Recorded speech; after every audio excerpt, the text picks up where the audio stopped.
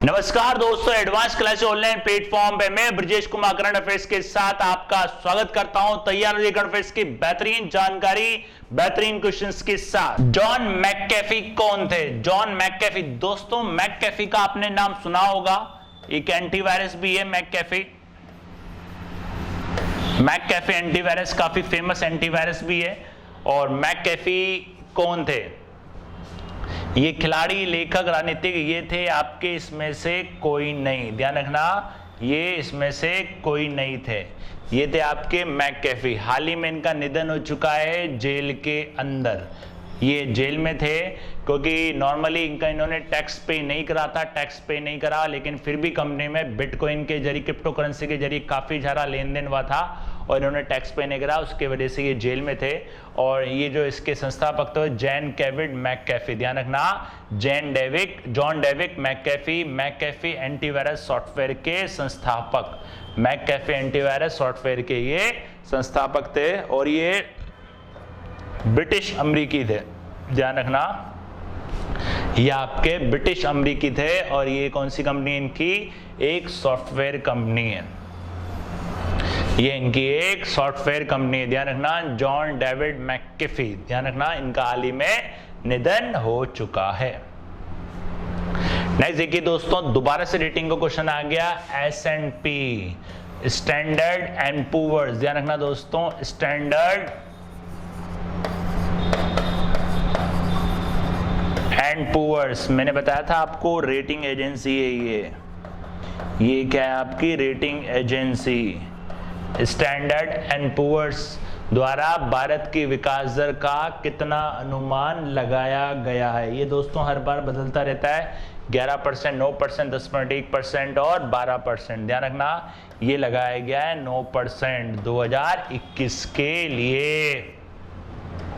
2021 के लिए ध्यान रखना। स्टैंडर्ड एंड पुअर्स 2022 की बात करें तो 11%, जिसको घटाकर कर दिया है 9.5%।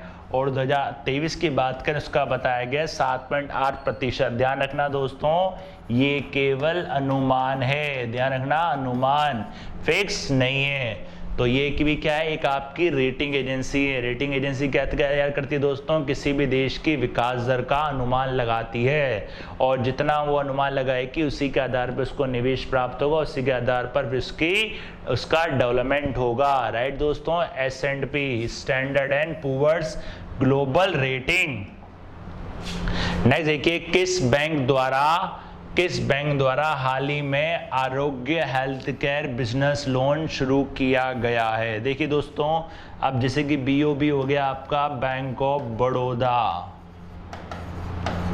Bank of Baroda, SBI state bank of India, BOM हो गया bank of Maharashtra, bank of Maharashtra, CBI हो गया central bank of India, central bank of India. ध्यान रखना दोस्तों, बैंक ऑफ बड़ौदा का मुख्यालय कहाँ है? वडोदरा में, वडोदरा में। ध्यान रखना, वडोदरा में। SBI का कहाँ है मुख्यालय?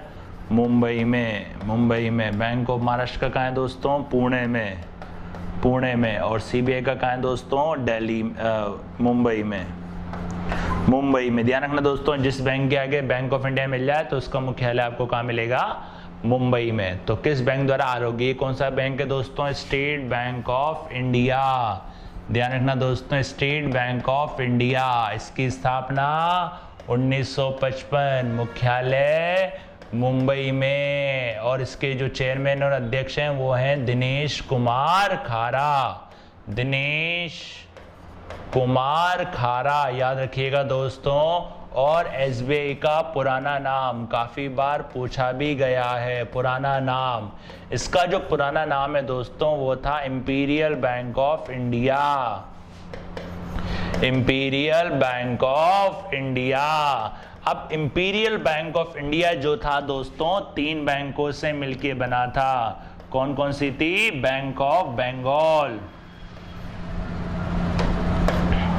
बैंक ऑफ बंगाल और बैंक ऑफ बॉम्बे और bank of Madras bank of Madras, इन तीनों को मिला के बनाता है imperial bank of India. Imperial bank of India से बना स्टेट बैंक ऑफ इंडिया। 1955 में इंपीरियल बैंक ऑफ इंडिया का नाम बदल के कर दिया गया था state bank of India, right. और इसके पहले मैंने लेक्चर में ये भी बताया था, इसने हाल ही में काफी का एक कंपनी भी है SBI कार्ड, SBI जनरल, वो भी इसकी ही कंपनियां हैं। देखिए इसके अंदर आगे ये जो लोन है दोस्तों स्टेट बैंक ने शुरू करा है, आरोग्य हेल्थ केयर बिजनेस लोन, 10 वर्षों के लिए 100 करोड़ तक का लोन टीयर 1 सिटी के अंदर और टीयर 2 सिटी के अंदर। टीयर 1 सिटी, टीयर 2 सिटी के अंदर 20 करोड़ तक, टीयर 1 के अंदर 20 करोड़ तक, 2 के अंदर 10 करोड़ तक का ये ऋण दिया जाएगा। और ये ऋण जो होगा दोस्तों बिना गारंटी के दिया जाएगा, ये ऋण दिया जाएगा दोस्तों बिना गारंटी के। तो ध्यान रखना कौन सा है दोस्तों, state bank of India. Next देखते हैं, किसे दिल्ली खेल विश्वविद्यालय का कुलपति बनाया गया है। दिल्ली खेल विश्वविद्यालय का पहला, ध्यान रखना ये पहला कुलपति है, पहला कुलपति, और ये बनाया गया दोस्तों कर्णम मल्लेश्वरी। कर्णम मल्लेश्वरी कौन है दोस्तों, आपकी वेट लिफ्टर, ये हैं बारतोलक, ध्यान रखना ये हैं बारतोलक, बारतोलक, ये हैं कर्णम मल्लेश्वरी। कर्णम मल्लेश्वरी दिल्ली खेल विश्वविद्यालय की पहली कुलपति, दिल्ली खेल विश्वविद्यालय की पहली कुलपति कर्णम मल्लेश्वरी बारतोलन में ओलंपिक पदक जीतने वाली पहली भारतीय महिला। ध्यान रखना बारतोलन में, बारतोलन होता है वेट लिफ्टिंग, वेट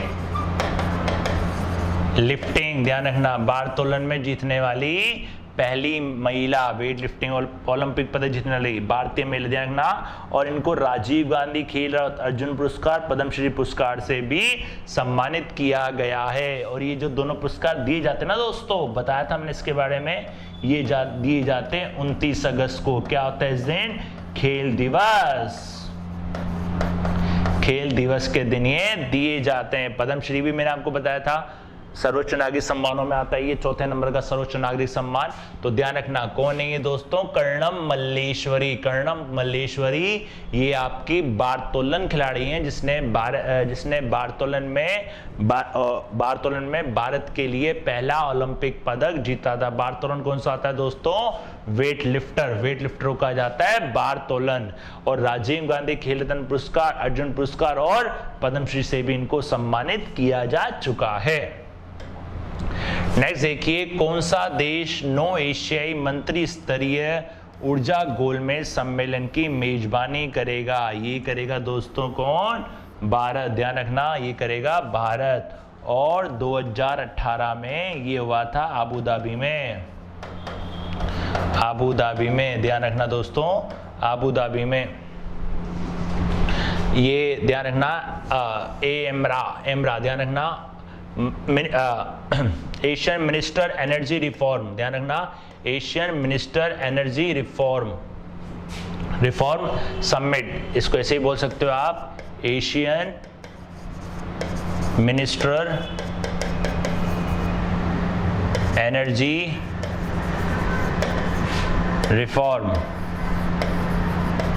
रिफॉर्म या फिर आप समिट भी बोल सकते हो। 2022 में आयोजित किया जाएगा भारत में, 18 में हुआ था आबू धाबी यूएई में, और अंतर्राष्ट्रीय ऊर्जा मंच द्वारा आयोजित किया जाएगा, जिसके सदस्य हैं दोस्तों 77 देश, ध्यान रखना दोस्तों, जिसके सदस्य हैं 77 देश, 77 देश इसके मेंबर हैं। तो ये आयोजित किया जाएगा आपका कब, ये आयोजित किया जाएगा 2022 में, 2022 में इसका आयोजन किया जाएगा। और इसको होस्ट कौन करेगा दोस्तों, भारत। इसको होस्ट करने वाला जो रहे वो है भारत, होस्ट कंट्री है भारत। 18 में कहां हुआ था ये, आबू धाबी में, राइट।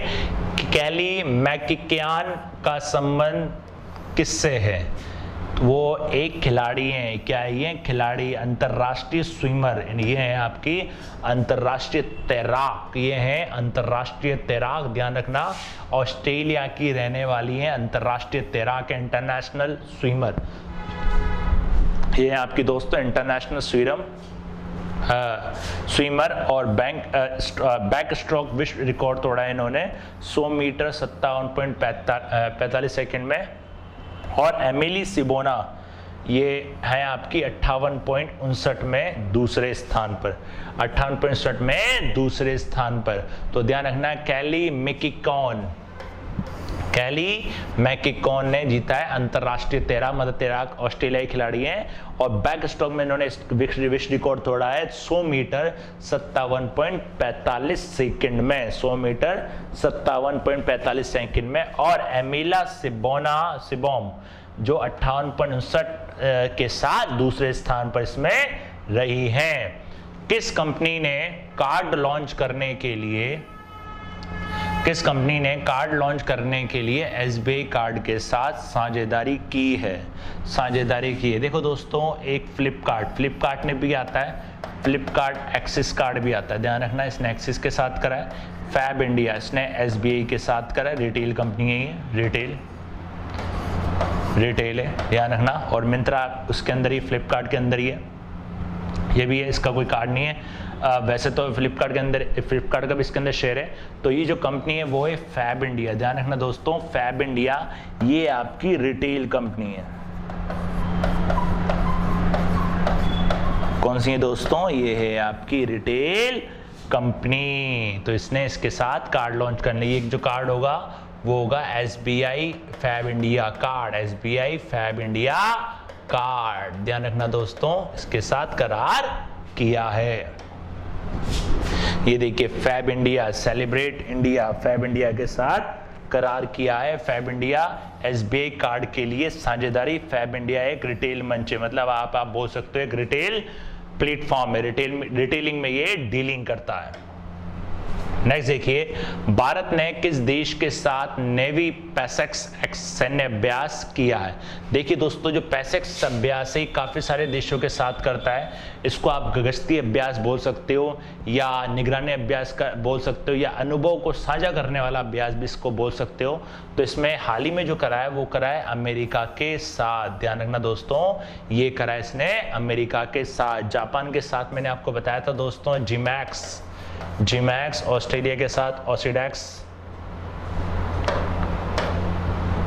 ऑस्ट्रेलिया के साथ ध्यान रखना दोस्तों, ऑसिडैक्स, राइट, ध्यान रखना। और किस देश? अमेरिका के साथ कराए। और अमेरिका, भारतीय नौसेना और वायुसेना और अमेरिकी सेना तीनों ने इसमें तो दोनों हैं इसके अंदर। अमेरिकी सेना ने इसमें भाग लिया। स्थान हिंद महासागर। और इसका जो उद्देश्य है दोस्तों, इसको करने का जो उद्देश्य है, पर्पस है, वो है समुद्री संचालन में व्यापक रूप से एकीकृत और समन्वय करने की क्षमता का प्रदर्शन, ध्यान रखना।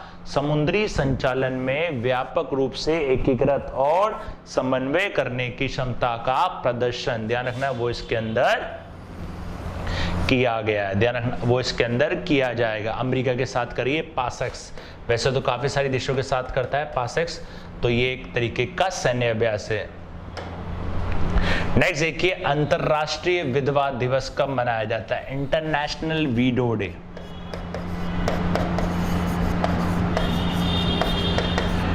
इंटरनेशनल वीडो डे, अंतरराष्ट्रीय विधवा दिवस कब मनाया जाता है? इंटरनेशनल वीडो डे, या 21 जून, 23 जून, 25 जून या फिर 26 जून। ये आता है दोस्तों 23 जून, ध्यान रखना। वीडो डे तो बहुत सारे होते हैं, बट आपको सारे डेज याद रखने की आवश्यकता नहीं, कुछ खास होता है तो मैं वैसे बता दूंगा।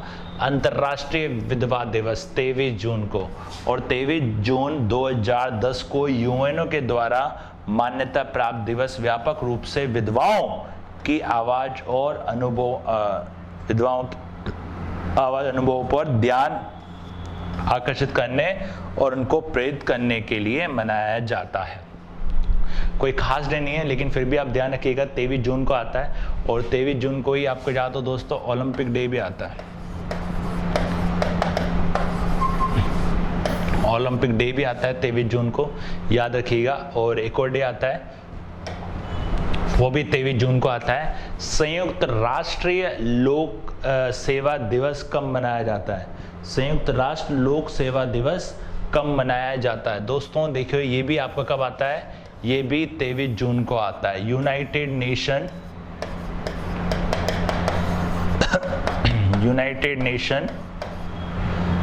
Public service day, public service day. अब इसमें ओलंपिक डे हो गया, वीडो डे हो गया, लोक सेवा दिवस हो गया। तो याद रखिएगा ये भी कब आता है दोस्तों आपका? ये भी 23 जून को आता है। United nation public service day, ध्यान रखना, पब्लिक सर्विस डे 23 जून। 20 जून 2002 को प्रस्ताव रखा था और 23 जून को इसको नामित किया गया था। यह दिन सार्वजनिक सेवा के योगदान को उजागर करने और सार्वजनिक सेवा को महत्व देने के लिए मनाया जाता है। सार्वजनिक सेवा के योगदान को उजागर करने और सार्वजनिक सेवा के महत्व को महत्व देने के लिए मनाया जाता है। मतलब सार्वजनिक सेवा किस तरीके से महत्व रखती है उसके बारे में जागरूक करने के लिए डे मनाया जाता है। ये थे आपके 10 बेहतरीन क्वेश्चन, 10 बेहतरीन जानकारी के साथ। मिलते हैं नेक्स्ट क्लास में नेक्स्ट क्वेश्चन के साथ। तब तक के लिए धन्यवाद।